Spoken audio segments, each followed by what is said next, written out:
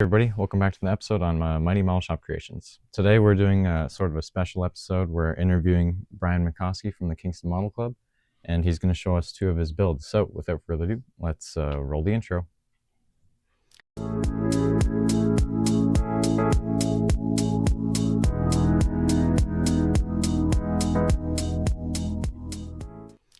All right.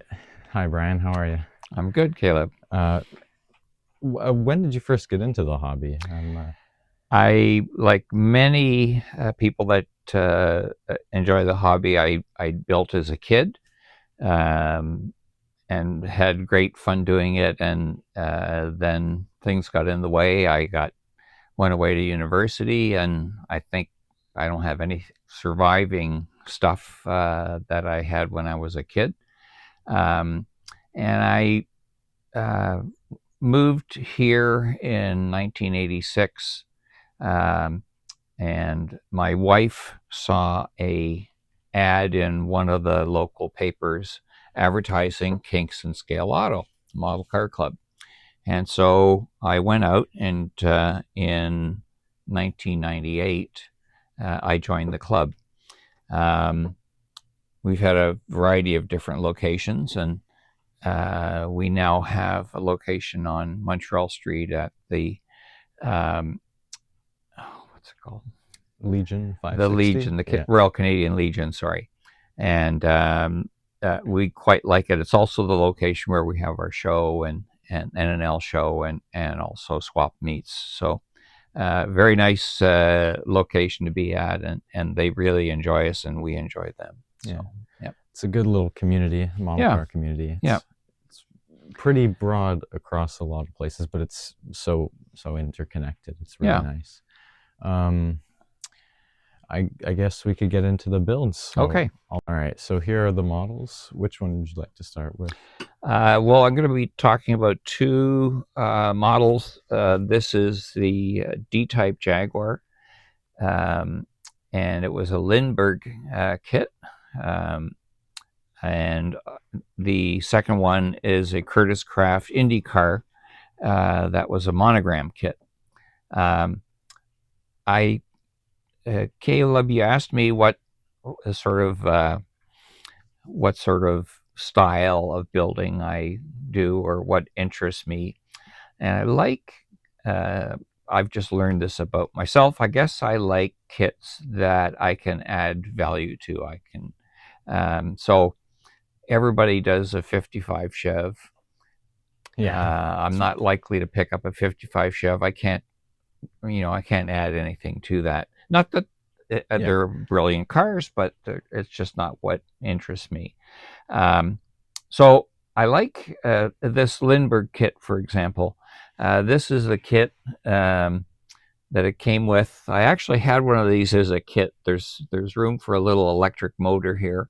Runs off batteries, and you'd run it until it hit the wall, and then you'd turn it around and run it and hit the wall. And wasn't really concerned about the aesthetics and displaying the kit. So pretty primitive. There's it splits at the horizon line. There's a top and a bottom clamshell, and that gets glued together. There's a seat and a steering wheel and a dash, but no other interior. Even sort of things like there's these covers for the headlights, but no buckets. No tail lights. They're really molded in, so nothing really to detail. So, what interested me was the D-type. I've always been enamored with the shape, but I couldn't afford or couldn't find a kit that had the detail that I wanted, so I thought I would do it myself. This is the same Lindbergh kit, and I'll tell you the work that I did on it to make that somewhat different. I did cement the two body halves together in order to putty the seam. So and that includes the front and rear fascia. But I also built an entire, I don't know if you can, I built an interior tub. So if you look in here, there is a tub that actually goes over into the passenger side as well as the driver's side.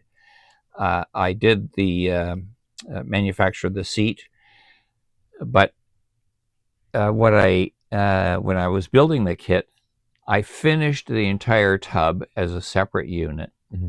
I then covered it in a small Ziploc bag. I put it inside the two clamshell halves, glued them together, Wow.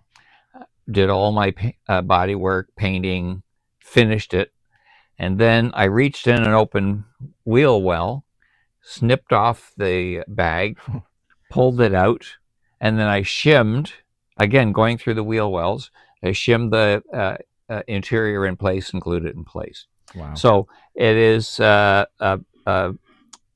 you can't see a lot of detail from where you are, but it is a replica interior.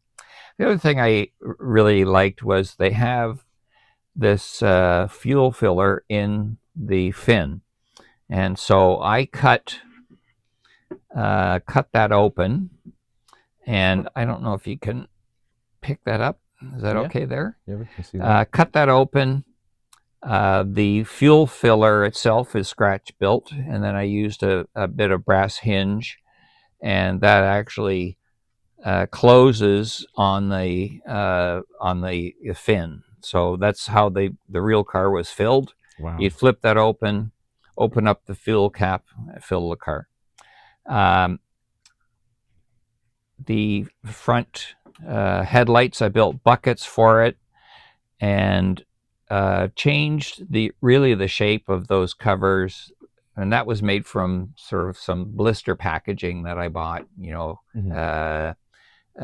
Vacuum packaging. You find the right shape and glue it in. Scratch built the buckles that hold the front end closed. Scratch built the exhaust of found parts. Some of it's tube, some of it's like this flange here is an old AMT trophy. Those little the trophies. So it gave me the shape I wanted. Two things that really made a difference are the wheels, and those are replica and miniatures. So you can see what the wheels look like on the standard kit. Yeah, These wheels are made by replicas and miniatures, and they are exquisite. They're resin cast. They're just spectacular. I didn't have to clean them up. Sanded them lightly and painted them. The other thing are the decals, and the decals are by a manufacturer, a guy in Australia called Pato's Place, P-A-T-O Place, Pato's Place, and he builds decals, makes decals for slot cars, but all kinds of vintage racers, all kinds of new racers, and so I've had great luck. But this is the car that won Le Mans in the K.S.A.M.C livery. So you've got the K.S.A.M C logo, the front stripe, the new numbers on the back. The other thing that looks great is cutting the decal anytime you have a door line, a shut line.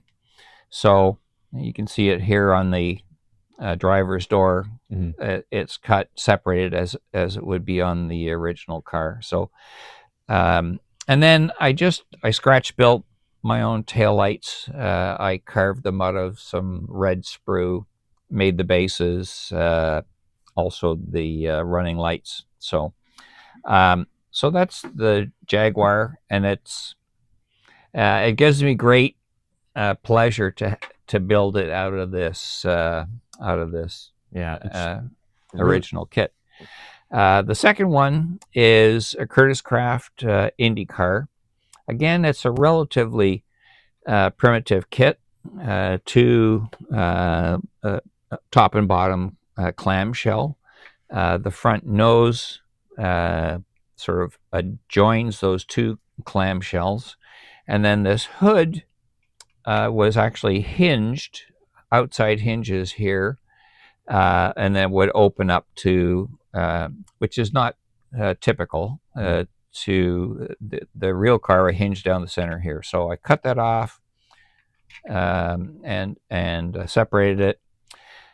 But the sort of work that I did involved, I don't know if you can see into the, so the engine was sort of flat. It's an Offenhauser engine, which is an overhead twin cam engine.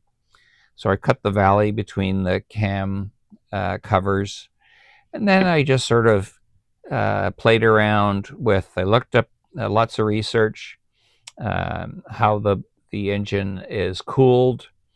I put in it a radiator. You can't see at the end of the day. You cannot see it. It's far inside this nose, but it's in there, and it's another thing that I end up doing when I'm building. I build for myself.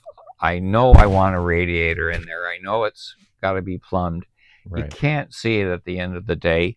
The best I can see is there's a little fill tube here up at the front, which would have been present in the real car because you couldn't get to the rad otherwise. The intake trumpets are electric ferrules, metal ferrules, and then they're just shortened to the length that I wanted. And then this again was originally designed to have an electric motor and sort of run around the room. Yeah. So I cleaned all that stuff out. And then under the hood, it was lacking detail. So I built a firewall. I built a floor, both in the engine bay and in the cockpit. And then there was no chassis tube, so the chassis tubes run all the way parallel on either side.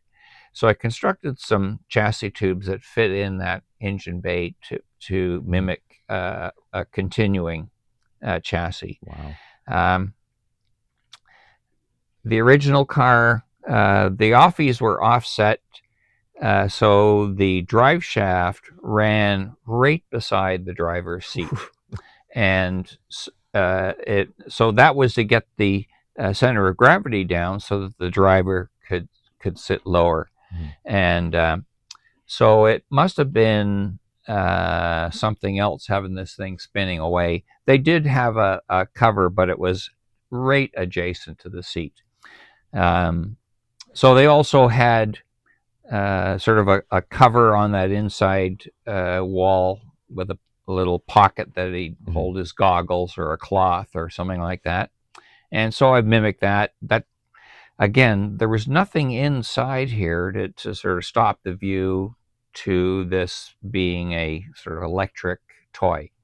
And so close those things off. I enjoy doing that fabrication. I enjoy figuring out, doing the research and then figuring out how to make it. And it's a pleasing process to do. I build very, very slowly. And I do things that aren't necessarily seen. The radiator is a perfect example. You can't see it, but I know it's in there, and I had a great fun doing it.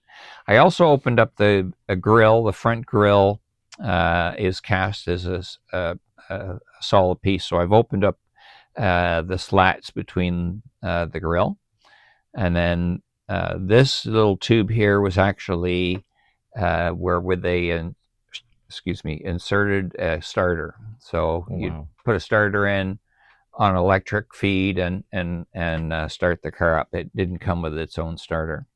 So, and then I also like to do sort of display bases. These are old plaques from baseball teams. And so at a flea market, I picked up half a dozen of these plaques in Mhm. different sizes for very, very cheap. Somebody was getting rid of them. So I just take all the other stuff off, and then I make my own covering. And this is actually craft foam. It comes in sort of quite good size sheet. You buy it at the dollar store or Michael's or something like that, but Yeah.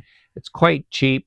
Uh, and it has a bit of a texture, and it's a great surface for doing that on. I also found this sort of brick.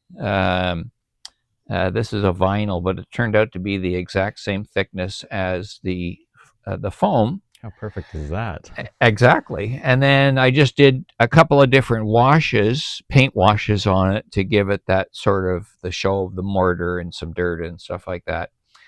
Indy maintains 7 rows of bricks at the and I'm 1, 2, 3, 4, 5, 6, 7. So I looked that up. I was happy to find out that it's 7. So I replicated at the finish line. They still have 7 rows Of of the bricks. original brick, Wow. and they have a stockpile of this very same brick that they keep to make repairs. And it's it dates back to the original days Wow. when the track was built. So, um, and even further back, I think there was probably wood on the race course. So that was that. Painting, I like to use lacquers. This is an automotive lacquer that um, I also keep a paint chart for everything that I do. So anytime I do a finish on something, I write it down. Um, Mostly because I cannot remember what paint I've used, what finish, whether I airbrushed it or shot it from a spray can. Mhm. And it's helped me if I have a really nice metal finish and I go, how did I get that effect? Yeah. And so if I want to replicate something like that, I can do that. So I write down what the paint code is. I can't remember who this is, like a major manufacturer. It's like a Chevrolet color or something, Mhm. touch up paint, but it is a very good match for the D type, It the does. Acuria Cos. Um, the Ferrari red, um, and I found out something. I had a really difficult time. I got this kit as sort of secondhand. It was incomplete. I shouldn't say incomplete. It was missing this windshield, and this kit goes back to the windshield wasn't formed. They gave you an outline template and Oh. a little piece of sheet clear acetate, Oh, geez. and you had to cut that out and then mount it in there. So I didn't have the template and I didn't have the acetate. And I spent hours trying to get something that would stay in there. I ended up having to build sort of a little, at the end of each pocket, a little, or at the end of each curve, a little pocket that would keep, that I could sort of put a drop of glue in. But in trying to cut that little pocket and to make it fit, I damaged all over this front fascia. And it's lacquer sprayed and then a clear coat sprayed on top. So to match that color, when everything else is finished on, it's difficult. It turns out that Tamiya makes an acrylic red that is the exact same color as their Ferrari red spray lacquer. Wow. And this edge at that front fascia, that is brush painted with acrylic paint. Wow. You would never know. I, I had thought I have really botched this up. So I wrote that down, of course, on my paint thing, It's a good tip. and so it really saved me. I guess the other thing I've finally learned is how to recover from mistakes, because you're going to make mistakes, either of your own making, or you run up against a kit that it's just not fitting right, and you've got things painted, you're ready for final assembly, and that thing isn't gonna behave. Mhm. And in the past, I would have just quit or put it in a box and put it away, or in a long, when I was a kid, it would have sailed into the wall. I'm ashamed to say, or put firecrackers in it. Uh, but I've learned to work around. I've learned to fix my mistakes. I have fixed paint where I have damaged it. Um, I've dropped something and broken it. Um, I have um, a gull-wing Mercedes. I don't know if you can. Am I in the way there? No, you're not. That gull-wing Mercedes is painted with Humbrol enamel, which is a brush paint, but I airbrushed that and shot it. And Humbrol enamel is notorious for drying slowly, and it is so. But the thing I've learned about it is perfect to do a repair. I dropped it; it actually chipped right on one of the doors, right in the middle of the door. Oh, The model was finished, and I was able to take some of that enamel from the tin and dab it in with a brush, let it dry like a month, and then sand and polish it out, and you cannot tell where that damage occurred. So it is finding out, you know, how to fix your mistakes. mhm. Um, with paint, have a friend of mine, Herb Levy, uh, gave me my first set of sanding sponges. They're anywhere from about 1800 grit, which is already pretty fine. Mhm. I use them about 3,000 and up, and they're 3,000 to 12,000. So very, very fine sandpaper. So fine that you can actually polish out.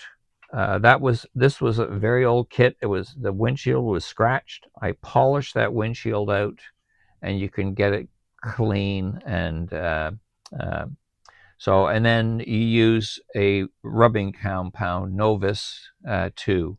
Mhm. It's made for plastics, and any sort of haze that's left in a clean or in a clear finish, you can polish that out.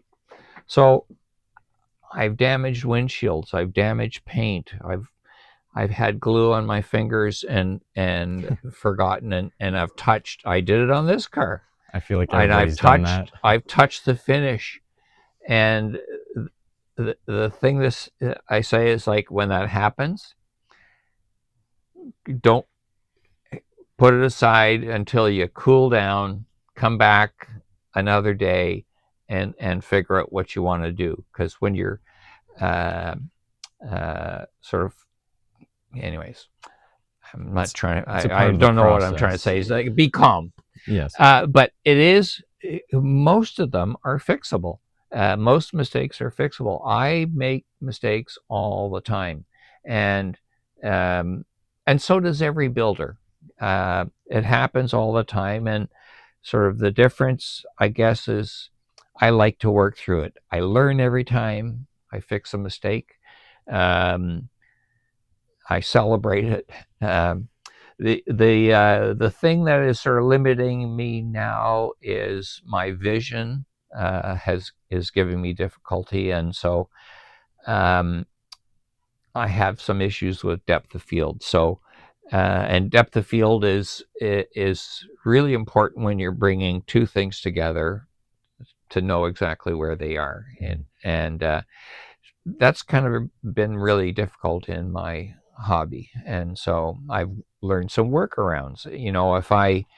If I have to touch up paint in an engine bay that's already very busy with other finished pieces, I've actually made sort of a short tube, like a collar, like the dog collars you see, so Yeah. they can't lick their injury. I make a small little make a small little tube, take a paintbrush and go down that tube so I'm limited to where I can go. Because when I'm getting in there, I can't judge. Mhm. So um, it, all Jesus, I just realized all of this stuff is started at very, very simple kits, and I love the idea of letting it evolve. And I don't have a finite or a perfect picture. I don't have a finite idea in mind. Mhm. Some of them I do, but some develop as I'm sort of working on it. Uh, some builders don't like doing body work. I really enjoy it. I Oh, I have fun working on it. I have fun going, well, I'll use this. Um, I have all kinds of what's called evergreen stock. It's plastic, sheeting, tubing, flat stock, in a variety of different shapes and sizes. mhm. And it is so versatile to work with those products to make any kind of shape you want. And so I'm working on something now, another build where I have to shape sort of a curved tail light Mhm. base. So I'm going to just angle cut one of the tubes, and then I've got my angle that opens up to that base, along the side of the fender. Right. So I enjoy working with that stuff. I would also suggest, can you hand me that can of that Evercoat?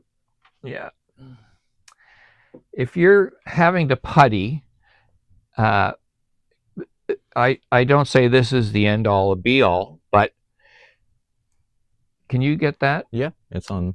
So I buy this probably a tin once every 2.5 years. You can make small little batches, sort of less than a teaspoon, buy the large size of the hardener, Mhm. mix it up. The beauty of this sets up in 5 minutes. You can sand this in 15 minutes, 10, 15 minutes, Wow. and it does not shrink. So you'll never have some of the spot putties like Bondo spot putties. They shrink, they dry by evaporation, and Mhm. they also, when they give off their solvent, they tend to shrink. And so if it's not completely dry, that can still shrink even under your paint job. So this always keeps its shape. It sands easily. Um, this is really a glaze, like for very, very, but I buy this at Benson, which is on Railway, I think. And they have a paint area where I've actually had paint mixed there. You come in, you give them a paint code, and they'll put in a large aerosol. Um, uh, and the thing they do is, it's modern paint codes are usually uh, they'll shoot flat and then you have to clear coat.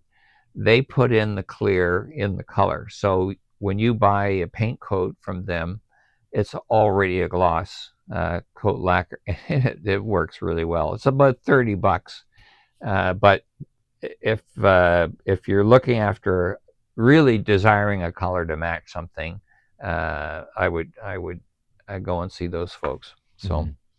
um, I can talk about more stuff, or Um. Do you want to just take some pictures and? Oh yeah.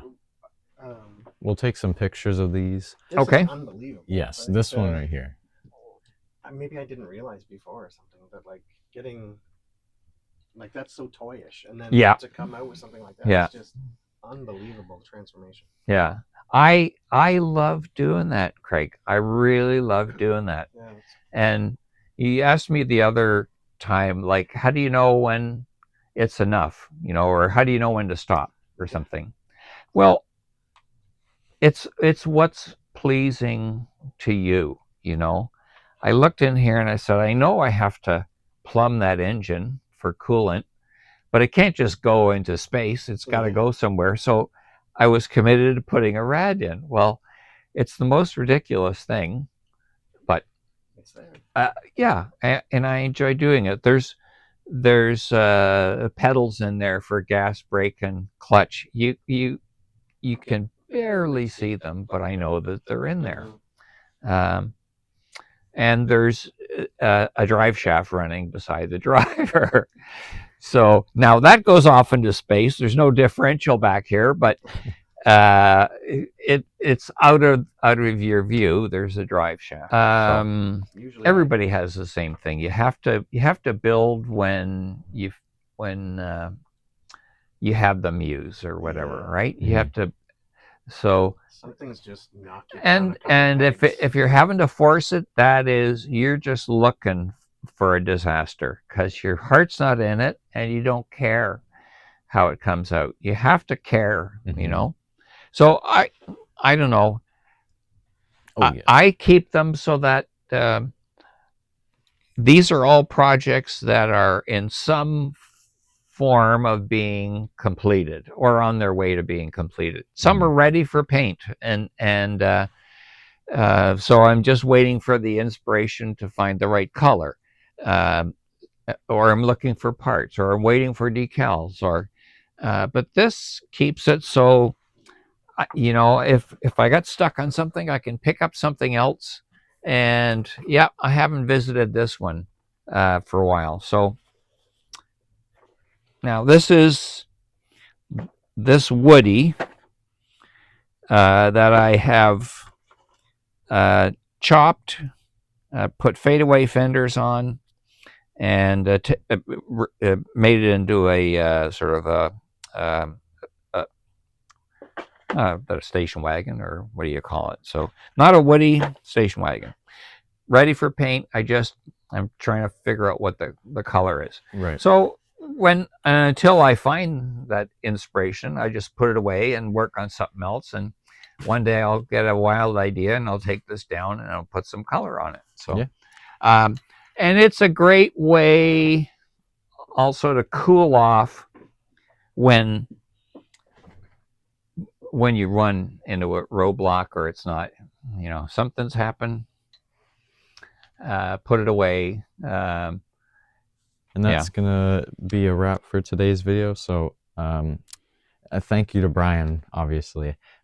Phenomenal builds. I really appreciate this opportunity, and you know, talking about they're amazing builds. Like thank you. Like that you can take like an old what are they called? Toy. Like a toy, pretty much. Not even a model kit, really. Yeah.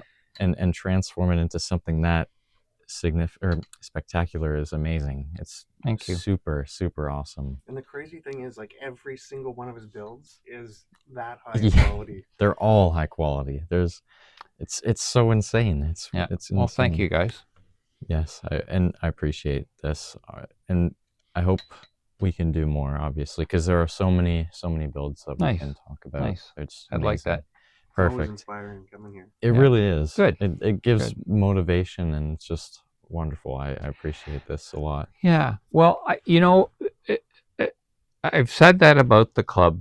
Belonging to the club has made all the difference in the world for me, because working by yourself in your own basement, you just don't get exposed to the ideas. You know, our meetings, we go around the table, and everybody brings something different. So I learn something every single time at every meeting. Mm-hmm. And so my style of building may not be someone else's, but it's all good model building. And we have some tremendous builders in our club.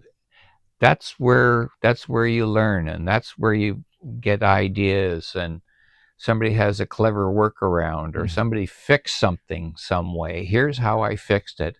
That's golden, you know. It's brain refreshing. Yeah. It's really nice. Yeah. I don't think I've ever, because we meet on a Saturday, and I don't think I've ever not built the Sunday following. Yeah. It is.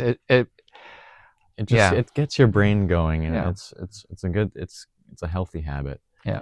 Well, until you buy so many model kits I know. and you're running out of space. But It's healthy-ish. yeah, healthy-ish, we'll say that. But you know, at the end of the day, though, it is relatively for the hours, it's a very inexpensive hobby. Mhm. You know, working on a real car, I mean, yeah, that's you can't build up a D-type Jag in your basement, for one thing. yeah. And it is, you know, half of a third of it is doing the research and sort of thinking about it. I find when I'm working on a project, I'm thinking about it during the day. You know, wife's like, "Where are you?" I don't want to tell her. I'm figuring out how to put belts on the side of the D-type, and but thankfully she knows that I get great joy out of the hobby, and she's quite supportive. So, um, yeah, it's been. It satisfies something creative. It satisfies something. I mean, I love cars, so it satisfies that. I marvel at the fact that, you know, I can work on a D-type, and then there's all the excitement of when you do the research, you find out how this car persevered. You know, and this little. There were factory teams that raced, but did not finish as well as the K.S.A.M.C. A little team from Scotland went to Le Mans and won the race. Wow. And that actually, K.S.A.M.C.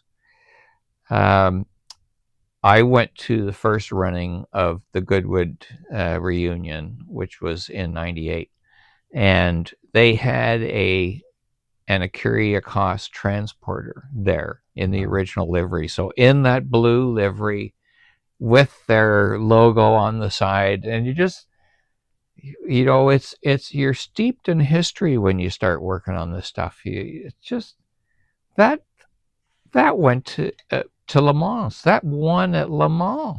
Yeah. In 1953, I think it was. Yeah. It's staggering. It's the unique stuff that gets me. I like unique projects, and your room is full of them. It's amazing. Yeah. I mean, like you said with the research, the 7 bricks, the 7 rows of bricks. That was clever. fun. Yeah. That was fun. You're just finding that, you know. So yeah. So yeah, if you guys would like to see any of these builds, write them in the comments.